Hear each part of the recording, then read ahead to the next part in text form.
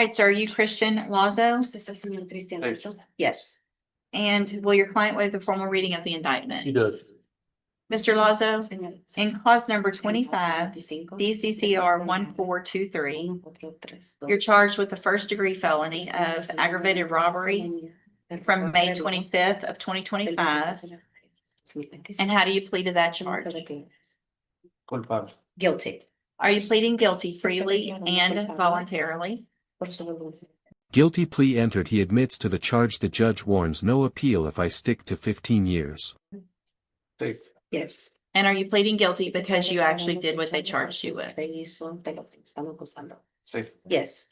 I have here on this tablet some documents that have your signature on them that the state marked as exhibit number 1. Before you signed these, did you go over them with your attorney, with the interpreter? Yes. Do you fully understand them? ¿Entiende el papeleo que le explicamos? Sí. Yes. And do you understand if I follow the agreement that you've made with the district attorney, that you'll be waiving or giving up any right to appeal? Una apelación en su caso. Sí. Yes. And it looks like the agreement that you've reached is for a cap of 15 years in prison, No más de 15 años en la prisión. which means that you're leaving your punishment up to me. Decir que yo debo de hacer la decisión de su sentencia. And as long as I give you 15 years or less, Que yo le dé 15 años o menos. you're giving up that right to appeal. Do you No va a understand? poder apelar. ¿Sí entiende? Sí. Yes. You have an absolute right to have a jury come determine 2 things. De pelear un juicio y que vengan a determinar 2 diferentes cosas. The first would be to determine if you're guilty or not. Que ellos determinen si es culpable o no. And then you could leave your punishment up to that jury if they found you guilty. Jurado, y lo encuentre culpable. And if we go forward this way, you're waiving that right. Pero si se And is ven that de what you esta want to manera, do? dice, entonces no va a poder tener un jurado y yo soy la que debería pensar. Sí. ¿Sí entiende? Sí. Yes. Do you also understand if you're not a U.S. citizen, ciudadano that americano a plea of guilty or no contest may result in your deportation, puede resultar en una deportación, exclusion from admission to the sin country, poder entrar al país, or denial of naturalization under federal law? negar que pueda recibir sus papeles. Sí. Yes. State tenders number 1. No objection, Judge. It's admitted. Is there any evidence that Mr. Lazo is not competent? No, Judge. All right, so I'm going to find that you entered your plea of guilty freely and voluntarily. Por su propio Find decisión. that you're mentally competent and understand the nature and the consequences of that Entiende plea. lo que está pasando.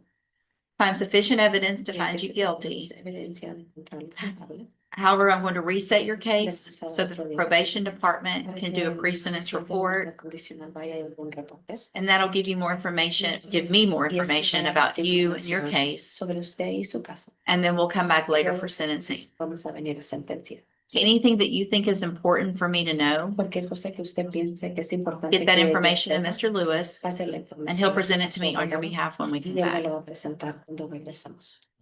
Okay. Thank you very much. Okay. Thank you, Ms. Burge. And if you'll just real quick, I think probation is probably gonna hand them a piece of paper if you'll just make sure you Yes, just ma'am.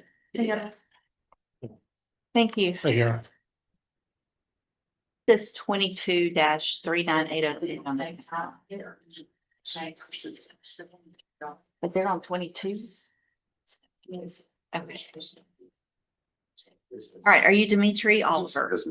And so Mr. Gertz represents Mr. Oliver and has filed a writ of habeas corpus requesting a reasonable bond. Mr. Oliver is charged with the offense of murder. It is pre-indicted. There's $1 million bond set at this time.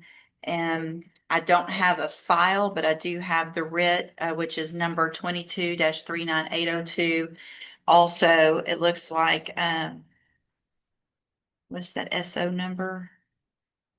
Anyway, I have for the record, I do have a copy of the probable cause affidavit and that application for writ. Mr. Gertz, you may proceed.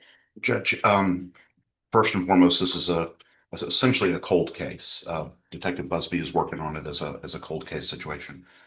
So it's been around. My client has been living in Southeast Texas his whole life, has been here, and I'd like to call him briefly to talk about his personal financial situation for the purposes of the finance aspect of the writ. Raise your right hand the best you can, please. Do you swear or affirm the testimony you're going to give in this hearing will be the truth, the whole truth, and nothing but the truth? Yes, ma'am. Thank you. Go ahead, Mr. Lewis. Mr. Oliver, do you have $100,000 in cash?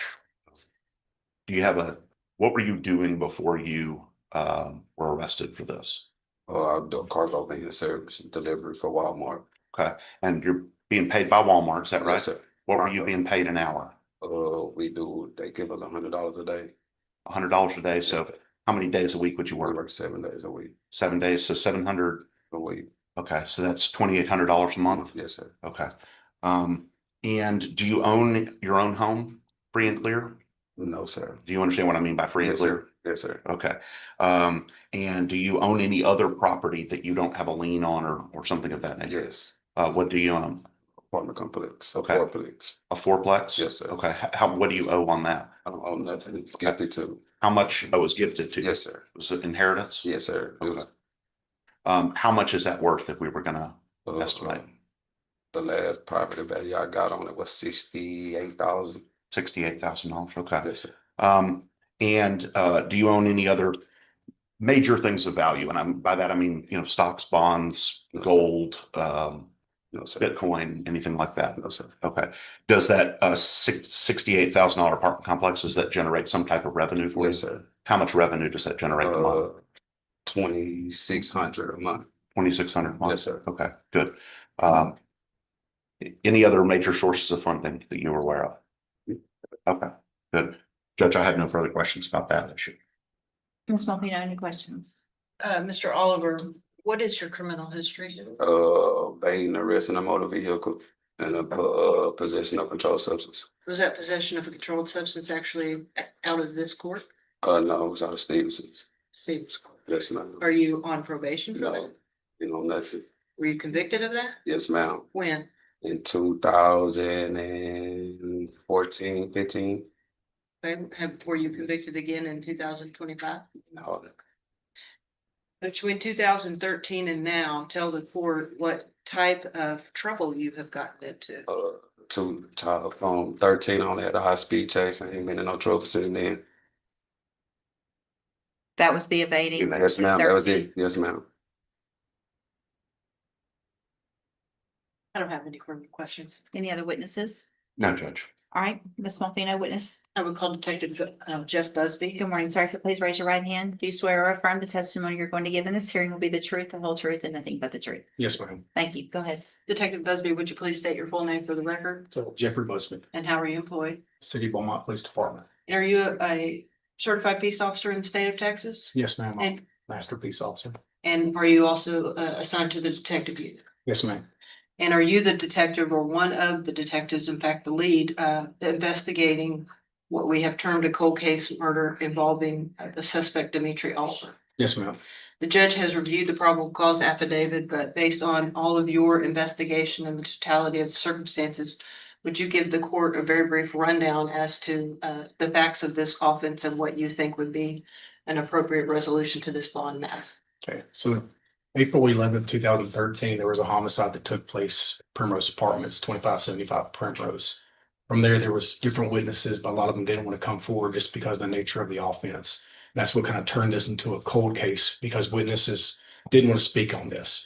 And it just prolonged until I picked this up about September of last year. From there, we interviewed witnesses, got eyewitnesses that were now at this point willing to come forward to give me their testimony of eyewitnesses that puts Mr. Oliver there and actually the trigger puller that committed this homicide. That's what, how we got the probable cause affidavit. By speaking to these witnesses, most of them were very scared and fear. That's why they didn't want to come forward.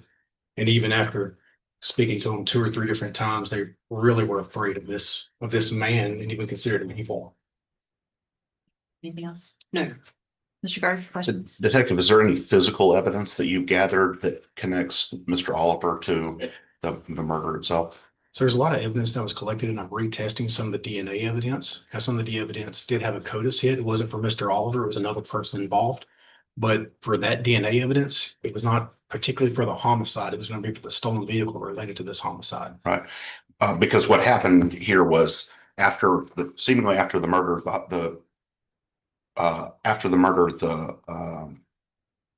the vehicle was disposed of in a separate location. Is that correct? Yes, sir. They committed the homicide, stole his vehicle, and within 24 hours dumped the vehicle.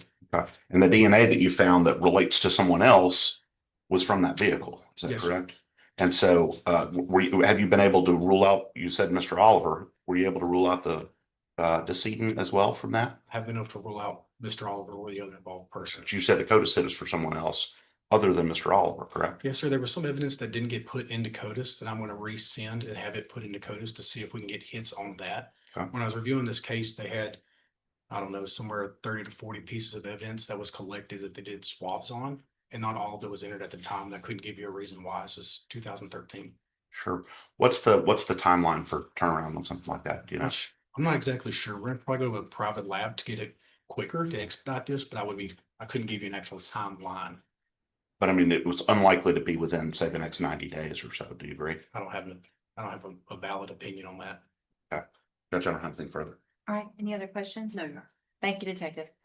Judge, may he be excused? He's in SWAT training. Yes, thank you, sir. Thanks for coming down. All right, anything else? No, Your All right, argument? Judge, we're just asking the court consider a bond in the ballpark of $500,000 to $700,000. That's more than sufficiently high under the circumstances that we have right now, which is just informant-based or witness-based testimony. There's no physical evidence tying him to the crime. And I'm not trying to litigate the crime here. I'm just saying for a situation in which it's, 13 years later, he's still here. He hasn't fled. He's not gone to the Bermuda or something to get away from this. So clearly he doesn't have that consciousness of guilt that would be required or would indicate that he'd be a flight risk. He owns a piece of property here, although it's not valued very high, but he owns a piece of property here. He's been a lifelong resident here. And so we're asking the court to consider reducing the bond to in the ballpark of $500,000 to $700,000. Ms. Malvino?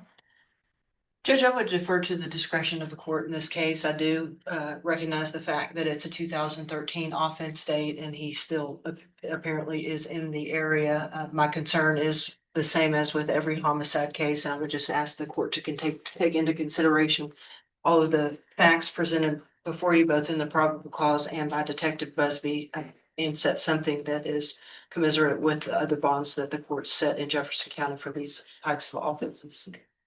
Thank you. And I will, for purposes of the record, I have taken judicial notice of the court's file and reviewed the probable cause affidavit. Based on that, the evidence presented, including, some of the limited facts that I have and dates and things like that, I am going to grant the motion or the writ. I'm going to set bond at $650,000. Bond set at $650,000 with GPS monitoring. House arrest rules are strict. One violation could land him back in jail. And a condition of that bond, if made, or some conditions of that bond, if made, will be that Mr. Oliver, you be required to wear a GPS monitoring device at all times. And what is your home address? Where do you live? 7290 Willis Line. 7290 Willis. Willis? Yes, ma'am. Is that in both? That's here. Yes, ma'am. And then your apartment complex is what address? 4305 Jeanette Street, Beaumont, Texas. 4305 Jeanette. Jeanette Yes, ma'am. with a J. Yes, ma'am. A-N-E.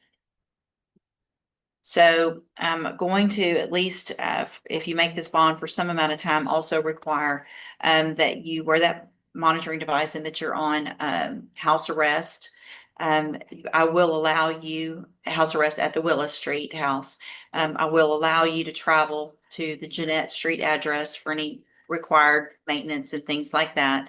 I would need to know more about this job before I agree to that. Just hang on, get with Mr. Gertz.